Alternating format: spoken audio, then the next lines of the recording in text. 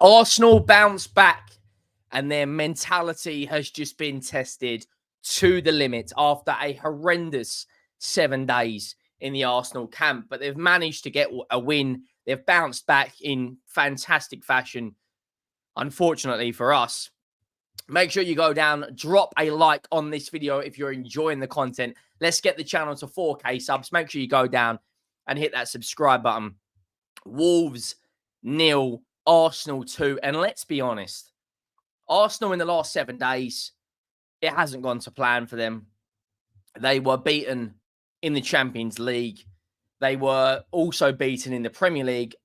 And a lot of people said, does this Arsenal team have the mentality to go and win a league title? Is this all that Arteta can get out of his team? Can he get Arsenal over the line? So many questions from rival fans like myself to Arsenal fans, pundits, just people on social media. Arsenal have been one of the talking points of this week, and there was so much pressure on them tonight, knowing the fact that Manchester City got through to the FA Cup final, so now their morale is going to be high off the back of a disappointing result in Europe. And knowing the fact that Liverpool win tonight, by the time Manchester City play a game next, Arsenal would have played twice. So today was absolutely massive. It was absolutely massive for Arsenal. I thought Arteta got the team selection bang on. You know, for me, Trossard has been one of Arsenal's best players this season. Whenever they need a goal, he seems to come in clutch. He's like the danger man that doesn't get the, props like the Sakas and the Martinellis do. Trossard's kind of one that goes under the radar from a lot of Arsenal fans to be. And today, and against Bayern Munich in the first leg, Trossard stepped up. Arsenal were in complete control of that first half, in my opinion. Had something like 55, 60% of the ball in the first half. Some good chances. The way that, the Wolves players like Traore and Bueno and Gomez and Kilman were kind of going through Saka, fouling him early doors, trying to stop the danger man from Arsenal. And it kind of worked in a way, but they also took their eyes off the likes of Declan Rice that was playing some good passes through, Odegaard that was pulling the strings as usual, and Leandro Trossard. And, the first goal comes from Leandro Trossard. People can say it's luck, but in these Premier League title races, you need an element of luck to go on your side. Whether that's a goal, whether that's a free kick, you get a corner, a penalty, wherever that may be, you need luck on your side in order to win a Premier League title. And it's not the cleanest of finishes. He slices through it, and it kind of put all of the Arsenal fans at ease. They were tested tonight. David Raya made 3 or 4 very, very good saves. He was comfortable when claiming the crosses. He looked strong in set pieces, but he made a top save in the first half. I can't remember who it was. I believe it may have been Hwang or Gomez. Get down the right-hand side, hit it. He pushes it onto the post. And I thought he was very, very good tonight, David Raya. I don't feel that Gabriel and Saliba were really tested tonight. It's another Premier League clean sheet. It's another Premier League clean sheet away from home. And that's now clean sheets away from home against Manchester City, Brighton, and now Wolves on the bounce. Before that, Sheffield United and Burnley. So this Arsenal defence is one of the main reasons they're winning the title. They look strong. They look organised. Against Bayern Munich is a different kettle of fish. A lot of these European teams don't necessarily get the credit they deserve because they're a lot more technical. The league is not as high paced, not as physical. So they've got to be a little bit better on the ball when it comes to the fine margins. But, Gabriel and Saliba tonight, I thought they did very, very well. Of course, this is a Wolves team that had a few injuries. There was no Cunha. He was a big, big loss for Wolves. He scored an absolutely fantastic goal in their last league game. I believe it was against Nottingham Forest where he got a brace. And he was a big miss for Wolves. But even if he was playing, I don't feel that they could have done too much against Gabriel and Saliba. They looked very, very, very strong today. And bearing in mind, this is an Arsenal defence that's had a few setbacks in the last few games against Bayern Munich and Aston Villa. So today it was about settling the nerves, getting through the game. They're going 1-0 at half-time, and I think they deserved the lead. Second half, some substitutions were made. The likes of Trossard went off. The likes of Martinelli went on. Thomas Partey come on at the end to kind of slow down the pace of the game and get a control of the game again. Wolves were knocking on the door, towards the 60th minute. They had a couple of chances, but Arsenal were, in my opinion, 24 shots away from home against a team that's very unpredictable against the Big Six, against a team that's beaten my team home and away, beaten Manchester City. They've had some decent results at Molineux, and Arsenal in the second half looked like they could have got a third. Odegaard at the end was pulling the strings, playing the ball through to Martinelli and Trossard.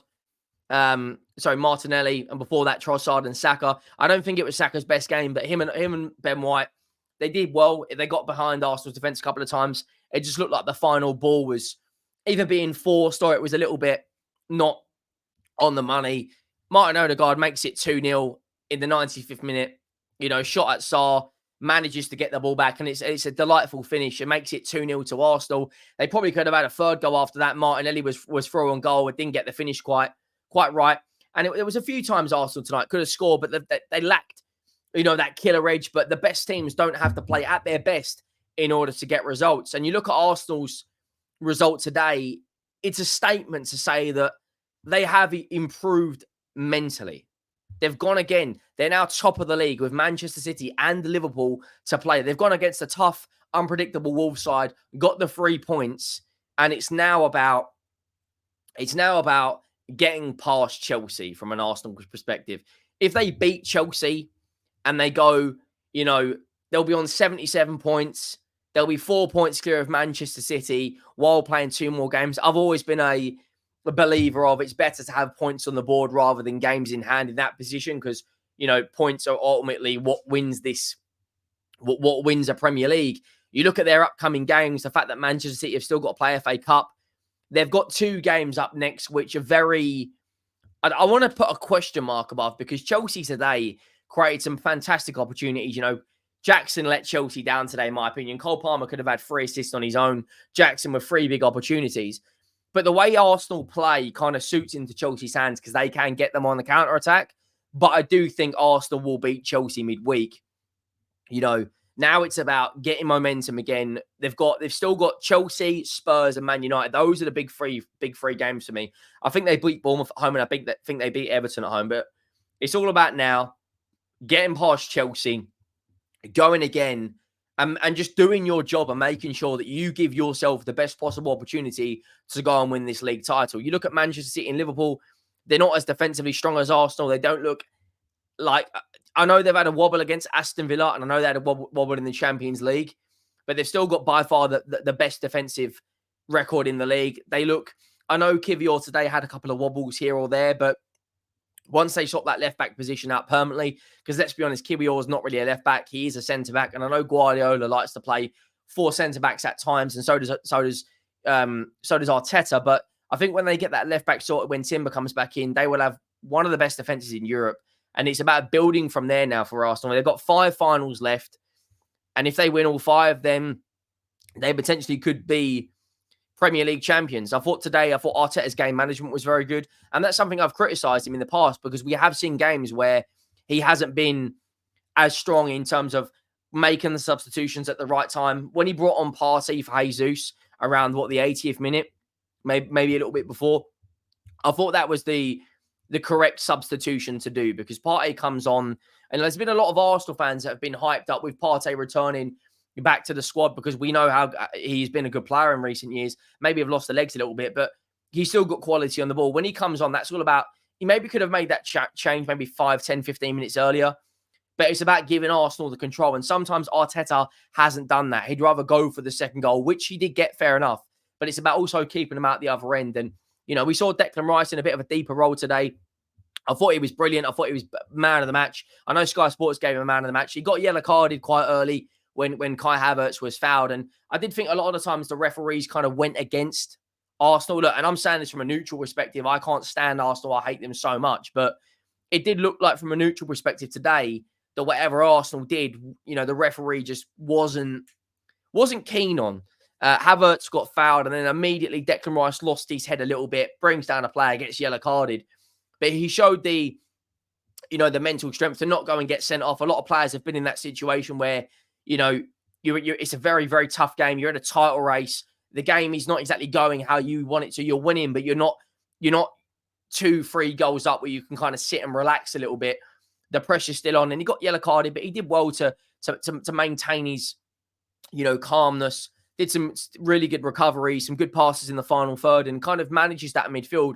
And the good thing about Declan Rice is he can play that 6 role to such a high standard that I do think Arsenal need more backups in the summer, because as great and technically as Jorginho is, I don't think he's got the legs to keep doing 60-game seasons. And the same as Thomas Partey. But the best thing about Declan Rice is, as good as he is in that 8 role, he's equally as good in that DM role for Arsenal. And tonight, they come away with 3 massive, massive points. And it's all about now getting past Chelsea and putting the pressure back on Manchester City and Liverpool. And if Arsenal keep doing what they're doing, then who knows? I've said from the last few months, this Premier League title race is going down to the very, very, very end. Make sure you like, make sure you subscribe, and I'll see you all in the next one. Thank you for watching.